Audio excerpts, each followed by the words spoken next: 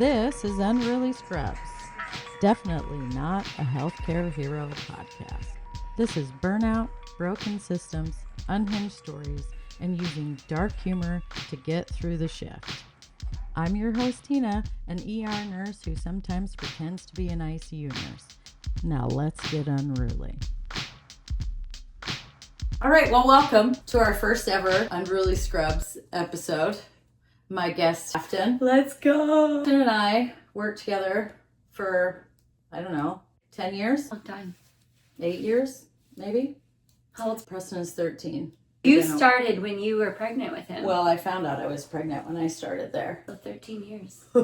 I forgot to hit record on this. So we only got it on this. There's got to be a way that you can. So, welcome. Take two. So, we worked together for a long time. How long have you been gone? Oh, gone? 3 years? 4 years? 5 years. It's been 5 years. Was it before COVID? Right at COVID. So, You left right at COVID? December I left, and then January, the hospital was locked down. No, March. Oh, then it was The just world.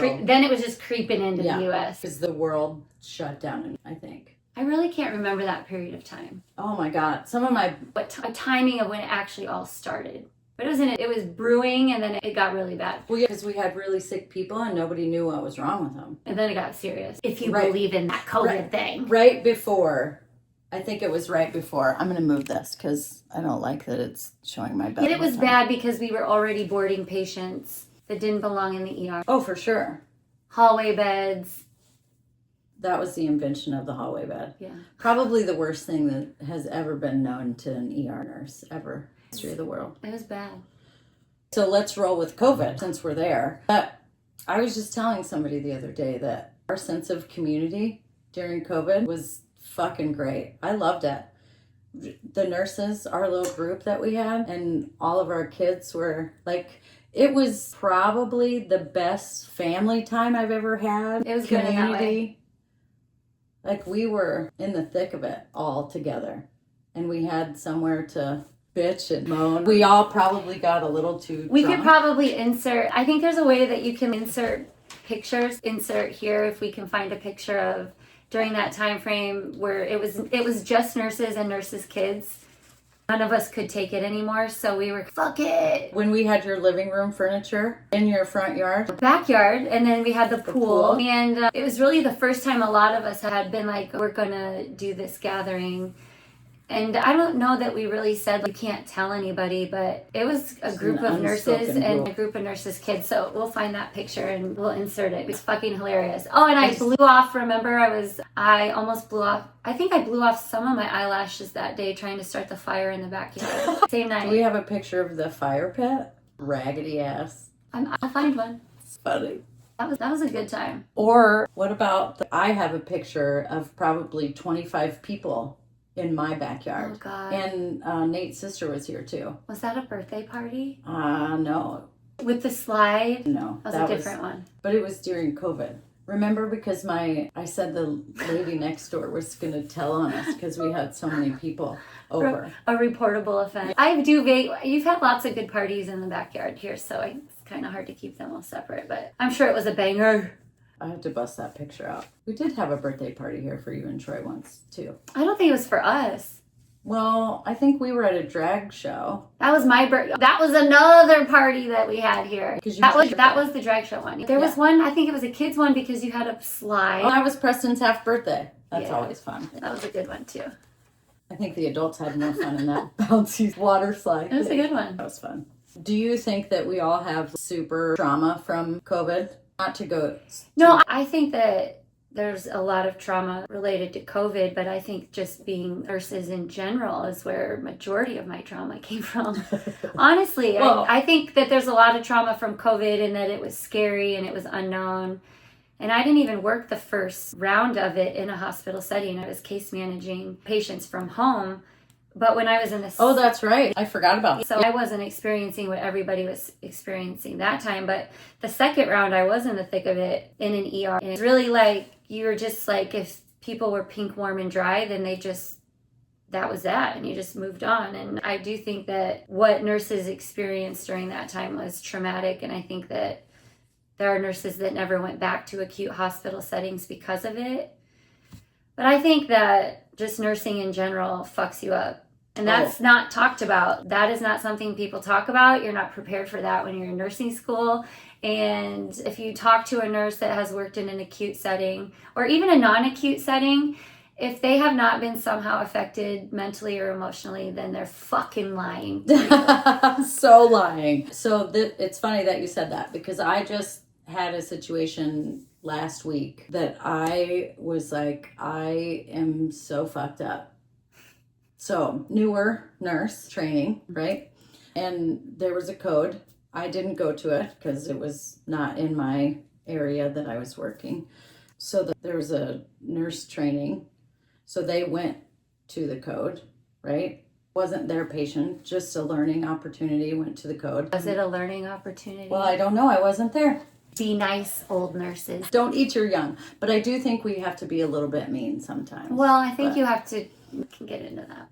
So whatever, this happened probably 3 hours before the end of shift. So it happens. And I don't think a life was saved in the code. But at the end of the day, we're all giving report. And I realized that this newer nurse isn't giving report. And the teacher in me just says, why aren't you giving report? And the nurse training her says, Tina, she had her first code today. Give her a break. And I was like, in my head, I didn't say it out loud, but in my head I thought, it wasn't even her patient. Toughen up, buttercup. No. And then on my drive home, I thought, how fucked up is that of me? That I just, I had totally even forgot that there was a code, and that this new nurse, maybe she's never even seen anybody die before. Or maybe she's never been in a code. And I was just like, why the fuck aren't you giving a report? Yeah. You got to do that. It's important. It's because you've been doing it for so long. Well, I know, but Or just unprepared. I remember my first code in the hospital, after cleaning up the body, I remember somebody bringing in a body bag, and I was like, what the fuck is that? Like, I literally, they never taught us that. That wasn't something I experienced in nursing school. We did not learn that a body goes inside of a body bag, a literal body bag. Well, my students learned that. Did you learn it when you were in school? I don't remember. I did not learn that. Now, I don't know like what that I was thought a long time ago. Where I thought it went, but to actually have that thing brought in, it is unzipped, weird. Put them in it, and then zipping it back up is like, I am not a homicide detective. I didn't know it went in a body bag. So that you shouldn't have made her do report. I didn't make her. She didn't give report. I just asked why she wasn't giving. But anyway, I felt really bad. So the next time I see her, I will say, hey, I'm sorry. You didn't know. I didn't mean anything by it. And I shouldn't be so fucked up in the head. I'm sorry. Because the primary nurse was saying she's had too long of a day. She's mentally not in it to be able to handle. Yeah. I get that. But I just wasn't even a thought in my brain. Well, hopefully whoever was training her was soft, but the next time is also, this is just the reality of it. You're going to experience that, and you're going to have to move on to this. Then you're going to have to go in your patient's room and move their Kleenexes closer to them. Smile. And get somebody a sandwich. I was with Aftan on my first code ever in the emergency department. Do you remember that? Don't say any. I feel like details. It was in a room that had more than one bed in it. Yeah. God. Do you remember the story? I do. Tell it. How did I handle my first code? I think you did fine. I think that you handle those things the best you can when you're not exposed to it. And you handled it probably as good as all other 29 people that came to the code. So let me just clarify. This person was not on our radar to be coding soon. Having respiratory distress, right? And we were doing our assessment together because I was training. And then, no answer. And then Aftan starts CPR, pushes the code button, and I'm standing there like this. Do you remember this? And then she yells, move! Oh no. You remember that? And then I oh, I'm a nurse. You were just in shock. What do you mean? He was just talking to us. He just told us that he took a neb 30 minutes before he called the ambulance. That was a trip. Anyway, that was my first one in the... I feel like mine was probably inpatient somewhere and I learned nothing, and that was an older generation of time. But it still happens where people are judgy and they don't teach you, and I feel like people there are cute situations that you don't have. I'm not saying they have to be coddled and hold your hand, but if you never let the person do the things that are happening in those moments, then they're never going to be great. And you can't expect inpatient nurses to be prepared for those situations and not be scared or have slow reaction times, or they just don't do it enough. Well, I agreed. And there probably isn't enough debriefing after to be like, hey, these are things we could have done differently or better or whatever. Or just basic, just knowing where to put the patches on.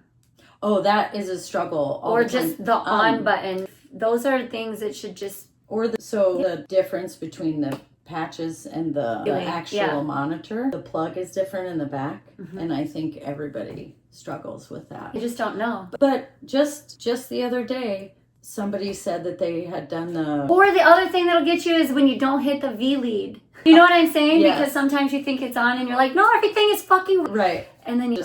That's funny. Side note. Drama. But listen, that's how we learn best, is fuck it up. Obviously, I've done that before where people are like, change the fucking lead. My bad. That's funny. But when I worked full time and I'm sure this is true for you, I used to pop open the code cart just to look, just so we knew where everything was. We didn't want to be the losers in the code where they were like, we need the bicarb, and we're like, God, what does that look like? Or nobody teaches you what those syringes look like and that they're not going to be needle syringes and that you have to screw them on. Or that it's so hard to push. But now they have pictures. So you can't open the drawer and look, but you can look at the pictures and memorize where everything is. Do you want me to get from my bucket, or do you want to spin the wheel of chaos? Oh, is it questions or activities? Because I don't want to do push-ups or some bullshit. Oh, no, it's not. The wheel. I just made this. I saw your little reel of it the other day. So I didn't have time to finish it last night, so I just put numbers on. So we'll put it here so everyone can see. Can I spin it this way? Spin it, baby. So weak. Drum roll, please. But what number does that say? You got your my glasses. Oh, 5. I think it looks like a 5. What do we have? I hope it's something vulgar. Unspoken rules of nursing. Oh, fuck. Things nobody teaches, but everybody knows. One more time. Things nobody teaches you, but everybody knows. What? You don't say how to the Q actually... word. Oh, that's really the only one I know. Everybody knows the respiratory rate, but does anybody know how to actually count a true respiratory rate? Well, they do when they're in nursing school because I used to test them out on it. Okay, what's another one? The quiet one. Would you like to pass and spin again? Shoot, this one's hard. If you guys know of one that's like you can't say the Q word in the ER, that is an unspoken rule, but what the hell's another one? Do you want me to give you one of mine? Yes. Don't wear white. Really? Yeah, because every time I wear white, something fucking nasty happened. Oh, fair enough. I don't think anybody wears white anymore, though. I don't know. No. I don't see it. I'm trying to get out of white shoes myself. Oh, that's not even a rule anymore. Well, I know, but I just like how they look when they're clean and fresh. Now they're like, all right, spin again. All right. Ooh, 6. It's my janky spinner. What's it made of? Hold on a minute. What do you think it's made of? Oh, it's great. This is amazing. All right. Number 6, the biggest lies in healthcare. Oh, Jesus. Biggest I lost lies. something. I can't hear myself talk. Shit. Oh, what'd you do? Unplug us? Stop fucking with the... Anyway. Can you hear you or no? Oh, I didn't touch that. Right here. This thing has to go in. Oh, no. That one's fine. Okay. I don't know. You're troubleshooting a ventilator. Where's the beeping? Call respiratory. It's not working. It's hilarious. Did you plug it in? Unplug it. That's it for part 1 of the first ever episode of Unruly Scrubs. Thank you so much from the bottom of my heart for listening. I really hope you enjoyed it. Stay tuned for part 2, and I hope to see you at the launch party. Stay unruly.